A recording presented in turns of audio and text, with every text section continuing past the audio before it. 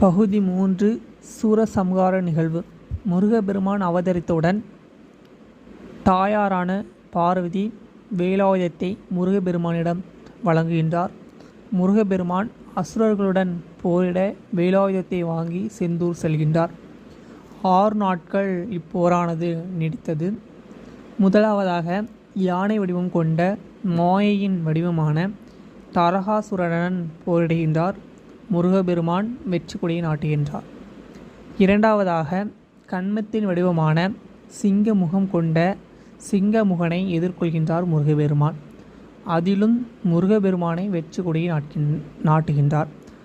6ஆம் நாளாக ஆணவத்தின் மொத்த உருவத்தின் வடிவமான சூரபத்மனுடன் போர் நடந்தது. சூரபத்மன் தனது மாய வேலைகளெல்லாம் முருகப்பெருமானிடம் காட்டினார். முருகப்பெருமான் மயங்கவில்லை. இறுதியாக சூரபத்மன் ஒரு பெரிய மாமரமாக மாறி தப்பிக்க முயல்கின்றான்.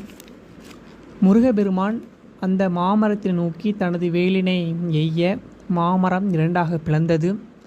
மாமரம் 2ஆக பிளந்தவுடன் சூரபத்மன் முருகப்பெருமானிடம் சரணடைகின்றான்.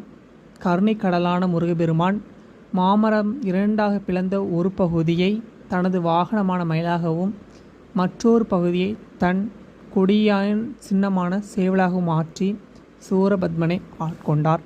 அடுத்த பதிவாக சூரபத்மனின் ஆட்கொண்ட கருணை வள்ளல் முருகரை பற்றி மேலும் விரிவாக காண்போம். நன்றி, வணக்கம்.